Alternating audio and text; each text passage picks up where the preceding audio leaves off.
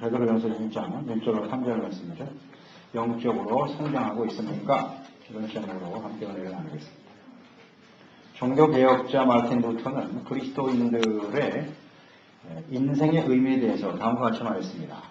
그리스도인의 인생이란 완전한 의가 아니라 의롭게 되도록 성장해 가는 것이고, 이미 완성된 것이 아니라 완성을 향해 성장해 가고 있는 것입니다. 끝난 것이 아니라 끊임없이 달려가고 있는 것입니다. 그리스도인의 인생은 어떤 목적을 성취하기 위해서 몸부림치는 것이 아니라 우리가 궁극적으로 가야 할 본향을 향해 달려가는 순례의 여정입니다. 모든 것이 아직 이루어지지 않았고 우리는 하나님의 영광과 그리고 정결함으로 변화되어지는 과정입니다. 라고 말했습니다. 그렇습니다. 이 그리스도인들은 구원받은 이후에 구원이 끝난 것이 아니라 끊임없이 성장해가는 저 천성에서 하나님을 배움으로써 우리의 구원이 온전히 이루어지는 것입니다. 사도 바울도 그리스도인의 삶에 대해서 분명히 말하고 있죠. 뒤에 있는 것은 잊어버리고 우리는 아무것도 이룬 것이 없다. 오직 위에서 부르시는 부름의 상을 쫓아 표대를 향하여 달려가는 것이 그리스도인의 삶이라고 고백하고 있습니다.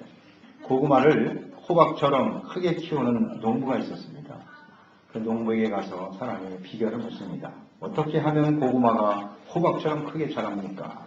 그 농부는 말하기를 고구마를 심어놓고 김을 맬 때 태양빛과 공기가 잘 들어가도록 호미로 그 이삭을 살짝 건드려주면 그 고구마가 충격을 받아서 뿌리를 더 깊이 내리고 이렇게 호박처럼 큰 고구마가 자라게 된다고 그렇게 말해 주었습니다.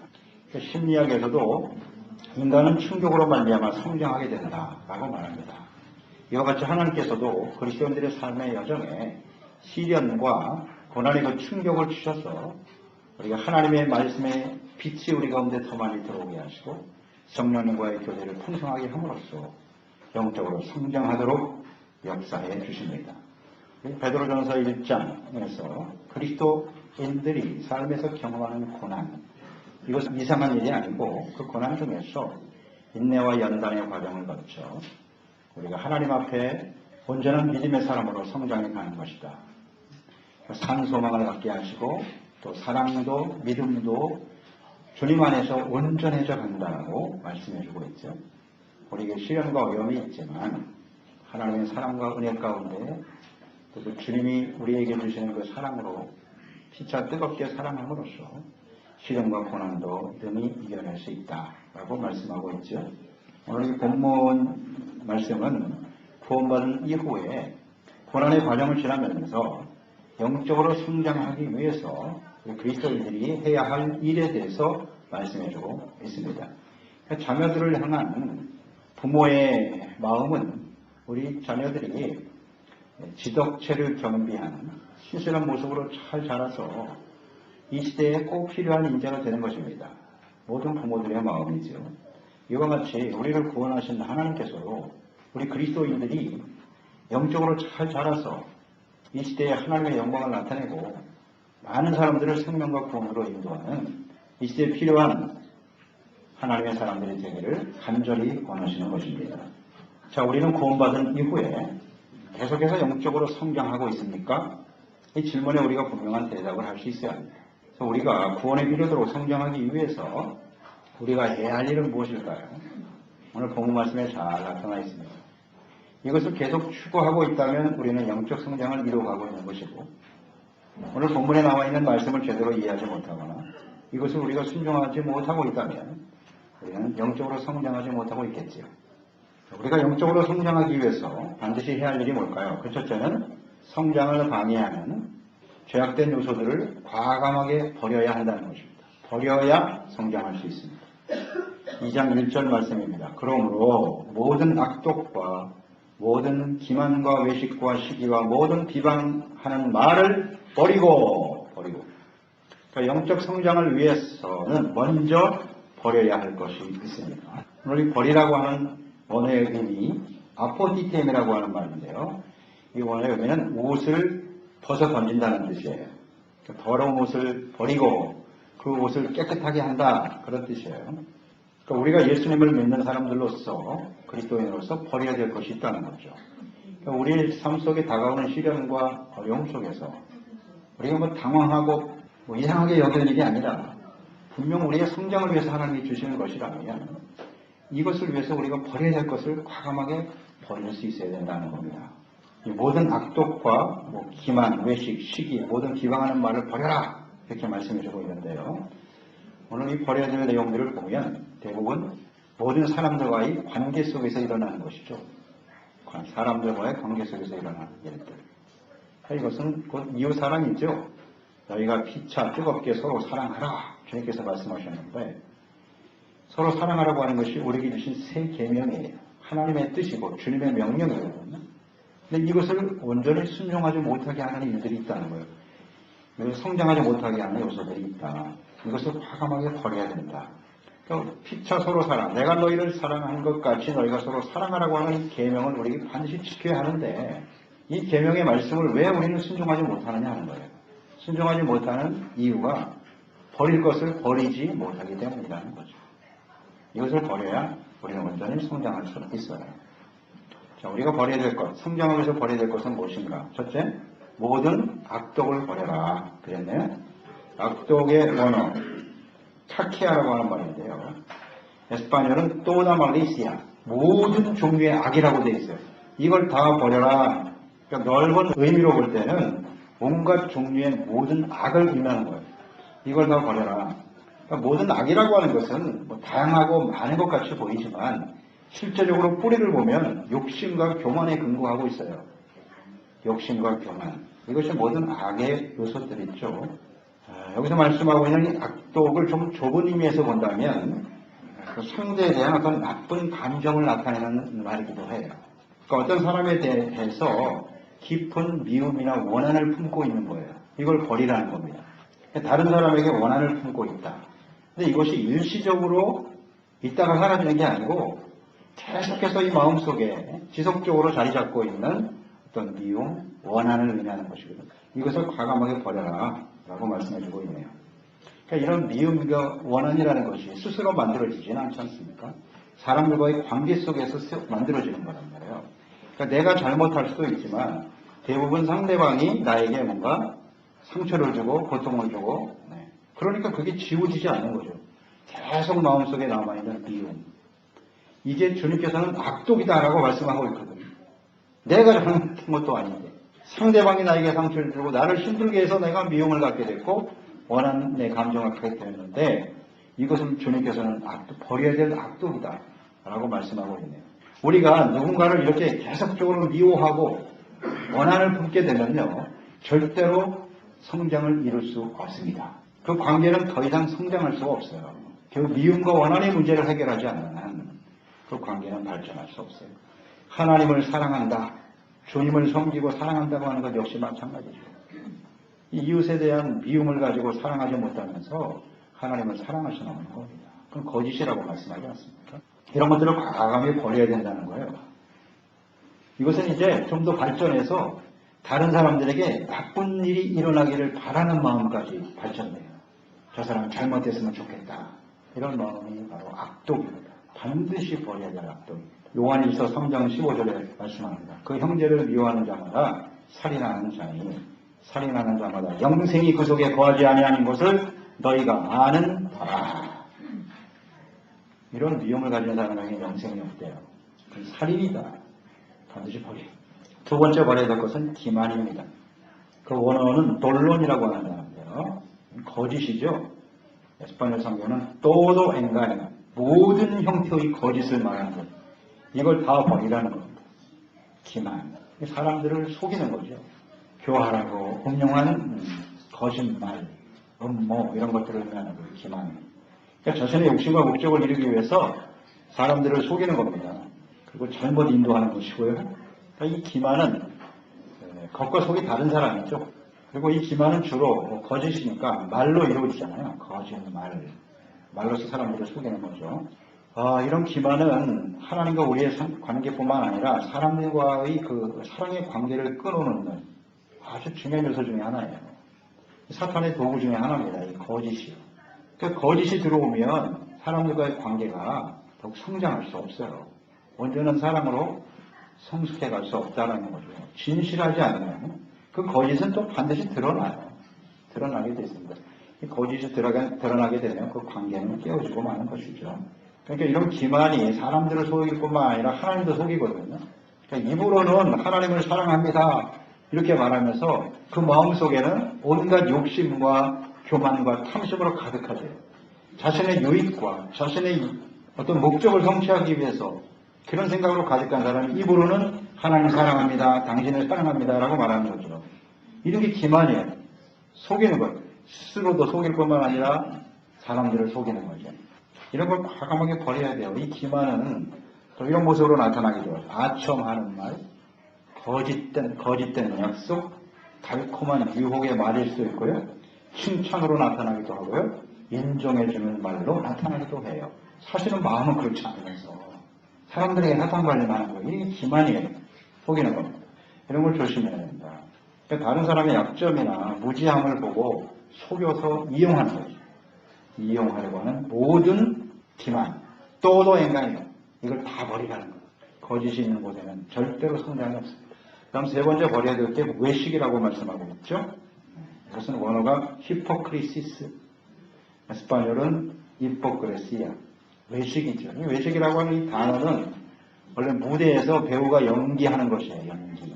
그러니까 자신의 진실한 모습을 감추고 다른 사람의 모습을 가지고 살아가는 거죠.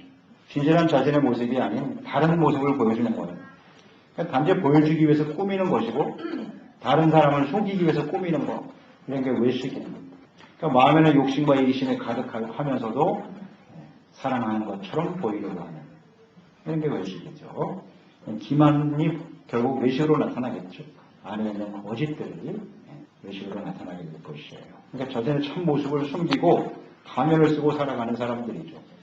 근데 이 가면을 한번 쓰기 시작하면 계속 또 다른 가면을 계속 만들어 가야 되기 때문에 굉장히 인생이 피곤하죠. 그래서 하나님께서 특히 외식하는 자를 굉장히 싫어하십니다. 하나님은 그 마음의 중심을 보시는 분이시죠. 진실하고 정직한 사람을 좋아하시는데 특히 예수님께서 마태복음 상상수훈에 외식하는 자가 되지 말라고 하시면서 기도하는 일, 또 구제하는 일, 금식하는 일, 그것이 우리 영적 성장에 있어서 굉장히 중요한 요소들인데 이런 것들도 절대 외식해서는 안 된다는 거예요. 즉 사람들 앞에 보이기 위해서 하는 그 모든 것이 외식이다 이렇게 말씀하고 있고요. 당시 외식한 사람들이 바리새인들 아니겠습니까? 서기관들이죠. 겉으로는 뭐 하나님은 참 믿는 사람들인 것처럼 말하면서도 하나님이 직접 사람의 몸을 가지고 찾아오신 예수님을 십자가에 못 박아 죽이는 이중적인 모습을 가진 대표적인 외식하는 사람들이죠. 이런 외식하는 사람들에게 주님께서 경고하셨죠. 너희에게는 화가 있을 것이다. 이 외식하는 사람들이 오늘날 많습니다. 특히 이제 교회 근처에 하나님을 섬기는 사람들 근처에 외식의 칼을 쓰고 덤벼드는 이단 사이비들이 굉장히 많죠. 이것들을 잘 조심해야 된다고 말씀하죠. 디모데전서 4장 1절로 2절에 보면 그러나 성령이 밝게 말씀하시기를 후일에 어떤 사람들이 믿음에서 떠나 미혹하는 영과 귀신의 가르침을 따르리라 하셨으니 자기 양심이 과인을 맞아서 외식함으로 거짓말하는 자들이니라. 이단 사입이 다 거짓말쟁이들입니다. 겉으로는 뭐 그럴듯하죠. 하나님을 참 믿는 것처럼 그런 모습을 가지고 찾아오지만 거짓말이에요. 사람들을 속이는 겁니다. 철저하게 속여요. 외식과 거짓. 이것이 이단 사이비들의 아주 대표적인 모습이죠. 그런데 문제는 하나님의 자녀인 백성들 가운데도 이런 모습이 나타난다는 거예요. 이걸 조심하자는 겁니다. 특히 신앙생활을 오래 할수록 외식의 탈을 쓸 가능성이 훨씬 더 많아지는 거예요. 그 내면 속에서는 정말 주님을 사랑하고 그 사람들을 진실한 사랑하는 마음이 없어요. 없으면서도 겉으로는 하나님을 잘 믿는 척 하는 거죠. 이게 정말 위험한 겁니다. 신앙의 연륜이 오래될수록 외식할 가능성이 커요. 이거 버리지 않으면요. 내가 하나님을 잘 믿는 것처럼 자기를 속이는 거죠. 하나님을 만홀히 여기는 행동인데 이것을 버리지 않는 한, 이 외식을 버리지 않는 한 결코 우리에게 영적 성장은 없어요. 과감하게 버려야 됩니다. 네 번째는 시기를 버려라 그랬어요. 시기라고 하는 원어의 의미는 푸오도노스, 엔비디아죠. 에스파뇰. 시기는 다른 사람이 가진 것과 어떤 업적을 부러워하는 것을 또 넘어서 그것을 빼앗으려고 하는 것. 이게 시기죠. 그러니까 다른 사람이 잘못되기를 간절히 바라는 마음. 이게 시기거든요. 이 시기는 좀 더 발전하면 복수심으로 나타나요. 복수하는 모습으로 나타나기도 하고요. 또 온갖 종류의 시기심과 질투심 이런 것들을 과감하게 버려야 된다. 시기하는 마음을 갖게 되면 그 사람의 마음속에는 일단 평안이 사라져요. 그리고 그 마음속에 참된 만족이 없어요. 기쁨도 없어요. 감사도 없어요. 또 이 시기는 모든 분쟁과 다툼의 원인이 돼요. 그것은 아주 분명하죠. 그리고 이런 시기의 마음을 갖게 되면 그 시기는 뼈로 썩게 만든다 그랬거든요. 그러니까 육체의 질병을 일으키는 아주 중요한 요소가 된다는 거 아니에요? 그래서 의학계 보고에 의하면 편두통, 그다음 고혈압, 궤양, 신경쇠약, 우울증 등의 가장 중요한 원인 중에 하나가 마음속에 있는 시기 질투라고 하는 거예요. 그래서 다른 사람의 장점이나 잘한 것이 있으면 그것을 인정해줘야 돼요. 칭찬해줘야 되고. 근데 그것을 인정하지 못하고 시기 질투하는. 지극히 자기중심적인 교만이죠. 이 교만에서 비롯되는 것이 시기심입니다. 이런 시기를 버리지 않으면 우리는 결코 영적으로 성장할 수 없습니다. 그 다음 5번째 버려야 될 것이 있다. 모든 비방하는 말을 버려야 된다. 비방이라고 하는 이 헬라어는 카탈랄리아라고 하는 말인데 이 에스파뇰 성경은 말레디센시아 저주라는 뜻이에요. 악담하고 저주하는 거예요. 원래 의미 이런 거예요. 다른 사람에 대해서 각하게 말하는 거예요.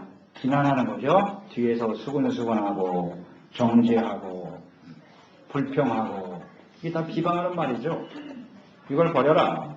다른 사람을 뒤에서 말로 파멸시키려고 하는 거예요. 비방을 예수님께서도 절대 하지 말라고 하셨고요. 말씀하셨는데 물론 그 비방하는 말이 사실일 수도 있단 말이에요. 그 사람이 잘못할 수도 있어요. 근데 그 잘못을 뒤에서 자꾸 잘못했다고 있는 그대로만 하면 괜찮은데 확대 재생산시키잖아요. 이런 게 다 비방하는 말에 들어가는 거예요. 사람들이 잘못할 수 있어요. 그러면 우리 그리스도인들은 그 잘못을 범하는 우리 형제나 이웃에 대해서 어떤 태도를 가져야 되느냐. 불쌍히 여겨야죠. 불쌍히 여기고 그가 올바른 깨달음과 바른 방향으로 나갈 수 있도록 중보하고 기도해 주는 게 맞지. 그 뒤에 가서 계속 사람들에게 이야기하면 그게 다 비방이 되는 거예요. 이걸 조심하라는 거예요. 그런 악한 소문을 퍼뜨려서 상대에게 상처를 주는 것이고 결국은 파멸하게 만드는 거죠. 그 소리가 돌아서 그 사람에게 들어왔을 때는 어떤 결과를 가져오는지 다 알잖아요. 내가 또 당해봐서 알고 당해봐서 알잖아요. 그 얼마나 마음에 큰 상처가 되는지. 그런 말이 만약에 교회 안에서 돌아왔다. 같은 성도들 간에 돌아온 말이다 라고 했을 때는 이제 교회 나가는 것도 싫어지는 거죠. 하나님을 섬기는 것조차도 중단되어야 돼요. 심각하죠. 그러니까 본인의 영적 성장뿐만 아니라 다른 사람의 성장까지도 가로막는 아주 심각한 요소가 된다는 거죠. 비방. 이거 반드시 버려야 됩니다. 요즘 사회 문제가 되고 있는 인터넷의 악플. 대표적인 비방이죠. 이 비방하는 말은 자기 자신의 영적 성장도 방해하고 공동체를 훼손하는 아주 심각한 문제다. 우리 그리스도인들에게 있어서 반드시 버려야 되는 것. 이걸 버리지 못하면 성장을 이룰 수 없습니다. 두 번째, 우리가 영적으로 성장하기 위해서 필요한 것은 뭐냐? 하나님의 말씀을 간절히 사모해야 한다. 2절 말씀이죠. 갓난 아기들같이 순종하고 신령한 저를 사모하라. 이는 그로 말미암아 너희로 구원에 이르도록 자라게 하려 함이라. 그러니까 구원에 이르도록 성장을 위해서는 먼저 성장을 방해하는 죄악된 요소를 버려야 되고 그 다음으로는 순전하고 신령한 저를 사모해야 된다라는 것이 사모한다라고 하는 말은 갈망하는 거죠. 열망하고 간절히 소망한다는 의미를 갖고 있습니다. 그리고 사모하라. 이게 명령형이라는 데 주목하시기 바랍니다. 명령입니다. 우리가 영적으로 성장하기 위해서는 반드시 순종해야 할 일이에요. 그러니까 구원받은 이후에 우리가 영적 성장을 위해서 반드시 해야 될 일이 바로 하나님의 말씀을 여기 순전하고 신령한 것은 하나님의 말씀이지 않습니까? 이 하나님의 말씀을 간절히 갈망하고 사모하는 사람이 되어라. 자, 성장을 위해서 우리 갓난아기들이 태어나면 그 갓난아이들은 엄마의 젖을 간절히 사모하게 돼 있어요. 사모합니다. 그 젖을 통해서만 성장해요. 우리 그리스도인들도 마찬가지예요. 그리스도인들은 하나님의 자녀로 태어난 사람들이잖아요. 거듭 태어난 사람들이기 때문에 거듭난 하나님의 자녀들은 신령한 젖인 하나님의 말씀을 사모하게 돼 있어요. 그 말씀을 듣는 거예요. 어린 나이가 엄마의 젖을 사모하지 않는다, 빨지 않는다는 어떤 원인일까요? 왜 태어난 아이가 엄마의 젖을 먹지 않을까요? 심각한 질병이 걸리는 거죠. 그리고 그것을 계속 그런 갈망이 없다면 성장의 문제이기도 하지만 생사의 문제가 될 수도 있어요. 계속 먹지 못하면 죽는 거죠. 그러니까 우리가 거듭난 하나님의 자녀라면 이 하나님의 말씀에 대한 갈망이 있어야 정상이고요. 그걸 우리가 하나님의 말씀을 가까이 하려고 하는 사모하는 마음이 없다면 이미 심각한 병이 들어있는 거예요. 영적으로. 그리고 그것을 그런 상태가 계속 유지된다면 결국은 상황이 이렇게 되겠죠. 이 하나님의 말씀에 대해서 오늘 보니까 순전하고 신령한 젖이다 이렇게 표현했네요. 순전하다라고 하는 말은 그 어떤 것도 섞이지 않은 깨끗한 상태를 의미하는 거죠.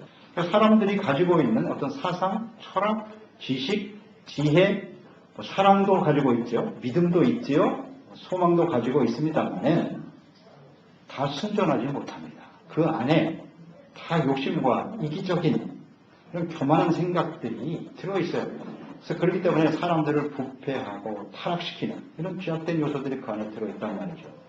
그러니까 세상에 이렇게 순전한 것이 없어요. 없습니다. 욕심과 죄로 인해서 사람들을 부패시켜서 결국 사망으로 몰아가는 이런 요소가 전혀 섞이지 않는 아주 순전한 우리의 영을 소생시켜주는 것은 오직 하나님의 말씀뿐입니다. 하나님의 말씀은 순전해요. 오늘날 그리스도인들의 신앙이 성장하지 못하고 순수하지 못하고 세속적인 모습을 가지고 부패가는 이유는 무엇일까요? 어렵지 않습니다. 순전한 하나님의 말씀을 버리고 세상의 지식, 정보, 사상, 철학 이것을 더 가까이 하고 중요시 여기고 무분별하게 받아들이기 때문이에요.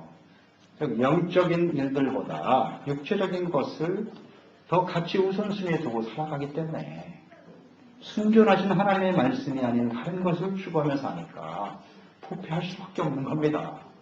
그리고 영적 성장이 이루어질 수 없다는 거죠. 그냥 신앙의 열린이 쌓여간다고 해서 그 사람이 영적으로 성장한 사람이냐? 그렇지 않아요. 오직 우리를 성장시키는 것은 순전한 하나님의 말씀이라는 것을 잊지 말아야 합니다. 로마서 8장 13절에 말씀하죠. 너희가 육신대로 살면 반드시 죽을 것이 롯되 반드시입니다. 반드시 죽습니다. 영으로서 몸의 행실을 죽이면 삽니다. 영으로서 육신의 정욕을 제어하고 다스리지 못하면 우리 사망에 이르게 될 수밖에 없고요. 그러나 영으로서 몸의 행실을 죽이면 영생에 이르게 된다. 그러니까 육체가 시키는 대로 살아가서는 안 된다는 거죠. 우리가 예수 믿고 구원받았지만 아직도 우리 마음속에는 데세오데카라는 육체 정욕이 살아 숨쉬고 있다고요. 이걸 어떻게 제어하고 다스리느냐 바로 이 문제거든요. 이걸 다스릴 수 있는 힘이 우리에게는 없어요. 우리는 절대로 그것을 다스리지 못합니다. 우리의 이 육체 세력을 다스릴 수 있는 방법은 두 가지밖에 없어요. 하나님의 말씀과 성령의 역사입니다. 이게 없이는 다스려지지 않아요. 절대로. 시편 19편 7절에 말씀하죠. 여호와의 율법은 완전하여 영혼을 소성시키며 여호와의 증거는 확실하여 우둔하는 자를 지롭게 하느니라. 야고보서 1장 21절에 그러므로 모든 더러운 것과 넘치는 악을 내버리고 너의 영혼을 정히 구원할 바 마음에 심어진 말씀을 온유함으로 받아라. 우리의 영을 소생하고 새롭게 하는 것은 하나님의 말씀입니다.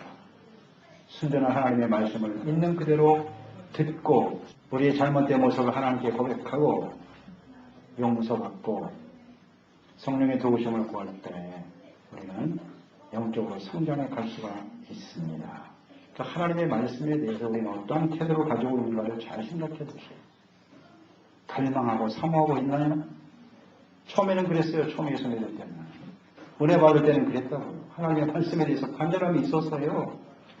근데 시간이 흘러가면서 성경, 말씀, 하나님 교회 나와서 한번 말씀 듣는 것도 그렇게 지루할 수가 없어. 심각하지 않습니까? 하나님의 말씀 일주일 내내 성경책을 들춰보지도 않아. 잘 생각해보세요. 정말 그런 사람은 아닌가요? 우리? 그런 사람은 영적으로 성장할 수가 없어요. 절대. 마지막 세 번째. 우리가 영적으로 성장하기 위해서는 어떻게 해야 돼요? 하나님의 인자하심을 경험해야 합니다. 하나님의 인자하심을 맛보고 경험하고 살아갈 때 우리 영적으로 성장하게 되는 거예요. 3절 보세요. 너희가 주의 인자하심을 맛보았으면 그리하라. 우리를 구원에 이르도록 자라게 하는 것은 주님의 자비와 사랑이에요. 이것을 경험하게 될 때 성장하게 됩니다. 맛본다라고 하는 것은 헬라어의 교마이라고 하는 말인데 경험한다는 뜻이에요. 경험하다. 인자하심, 크레토스라고 하는 말인데 이 에스파뇰 성경 본다시거든요. 본다. 우리 성령의 9가지 열매 중에 보면 대인관계, 사람들과의 관계 속에서 열매 3가지가 나오죠. 오래 참음, 자비, 양선. 그때 그 자비가 본다시예요. 여기 나와 있는 이 인자하심이라는 것은 성령의 열매로 나타나는 자비하심이죠. 그러니까 이 자비라고 하는 말에 원래 단어의 의미는 친절하다, 착하다, 부드럽다 하는 뜻을 갖고 있죠. 그러니까 우리 그리스도인들은 하나님의 자비하심과 인자하심을 경험한 사람들이에요. 그러니까 우리가 아직 죄인 되었을 때 하나님께서 그 아들 예수님을 십자가에 못 박아서 우리의 사랑을 확증시키고 우리가 얼마나 사랑하시는가를 보여주셨고 구원받은 이후에도 우리는 끊임없이 죄악 가운데 살잖아요. 그런데 하나님께서는 계속해서 우리에게 자비를 베풀고 계시잖아요.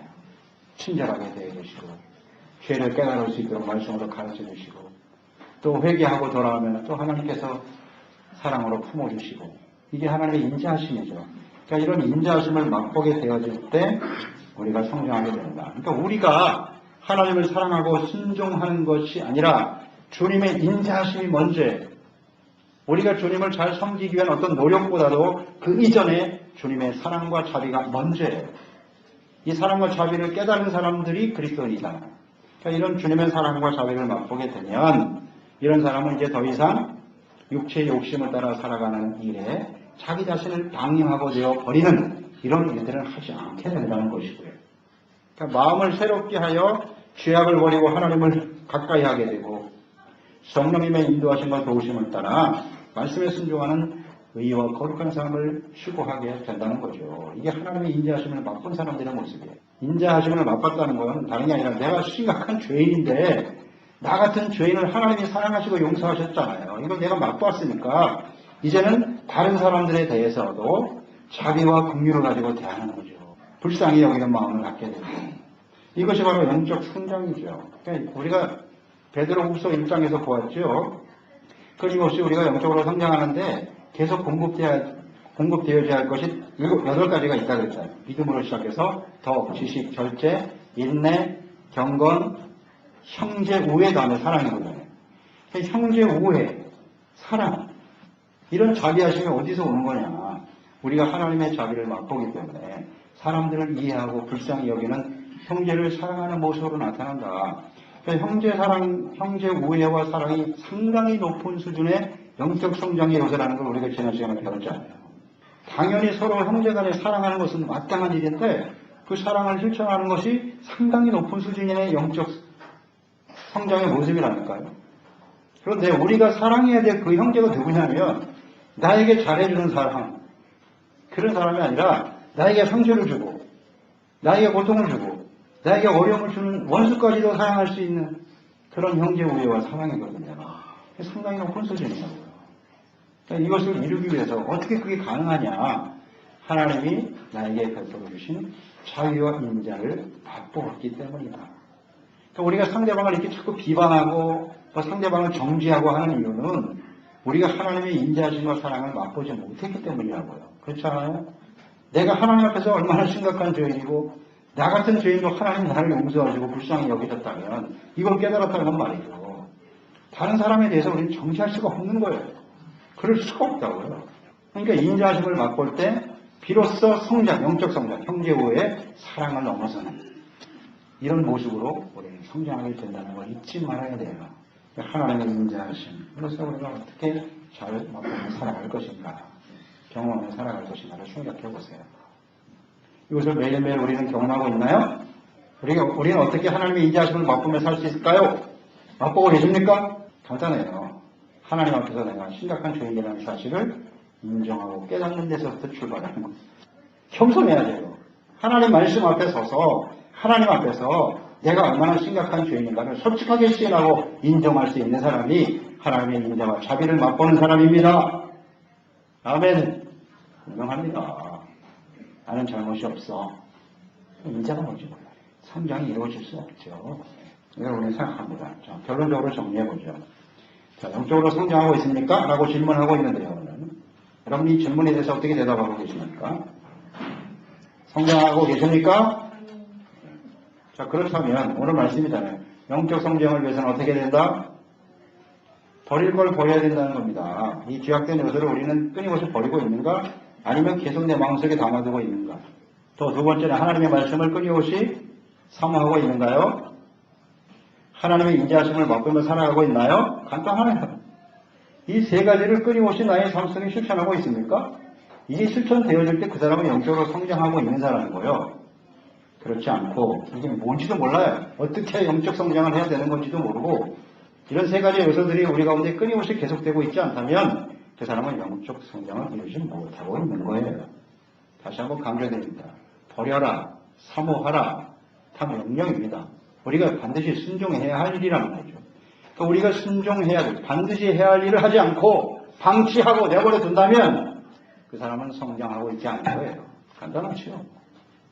그냥 신앙의 연륜이 쌓이고 얼마나 많이 하나님 앞에 헌신하고 예배를 얼마나 많이 드리고 이런 게 중요한 게 아니에요. 오늘 이 해야 될 일을 하고 있는 문제라고요. 이것을 우리가 실천하고 나갈 때 우리 영적으로 성장하게 되고 우리가 성장해야 하나님의 더 많은 것을 우리에게 맡기시지 않겠어요? 재물도 그렇고 은사도 그렇고 더 많은 것을 우리에게 맡기시겠죠. 성장하지 못하는데 무엇을 맡기시겠습니까? 이게 굉장히 중요한 문제라고요. 우린 다 이 땅에서 많은 것을 누리며 살기를 원하지 않습니까? 성장이 없으면 절대 안 주세요. 주실 수가 없죠. 어린아이에게 뭘 맡깁니까? 그래서 영적 성장이 아주 중요한 요소라는 걸 인식하시고 그것을 끊임없이 우리가 매일매일 반드시 해야 되는 거니까 순종하는 저희들이 되어서 하나님께로부터 더 많은 은사, 또 하나님이 주신 그 능력, 또 재물도 포함되겠죠. 이것을 가지고 하나님의 나라와 영광을 위해서 쓰임받는 복된 삶이 되시기를 축원합니다.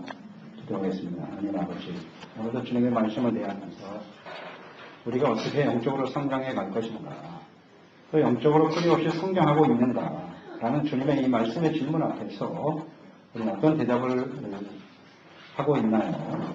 영적 성장이라고 하는 것은 하나님의 말씀을 잘 알아야 돼요.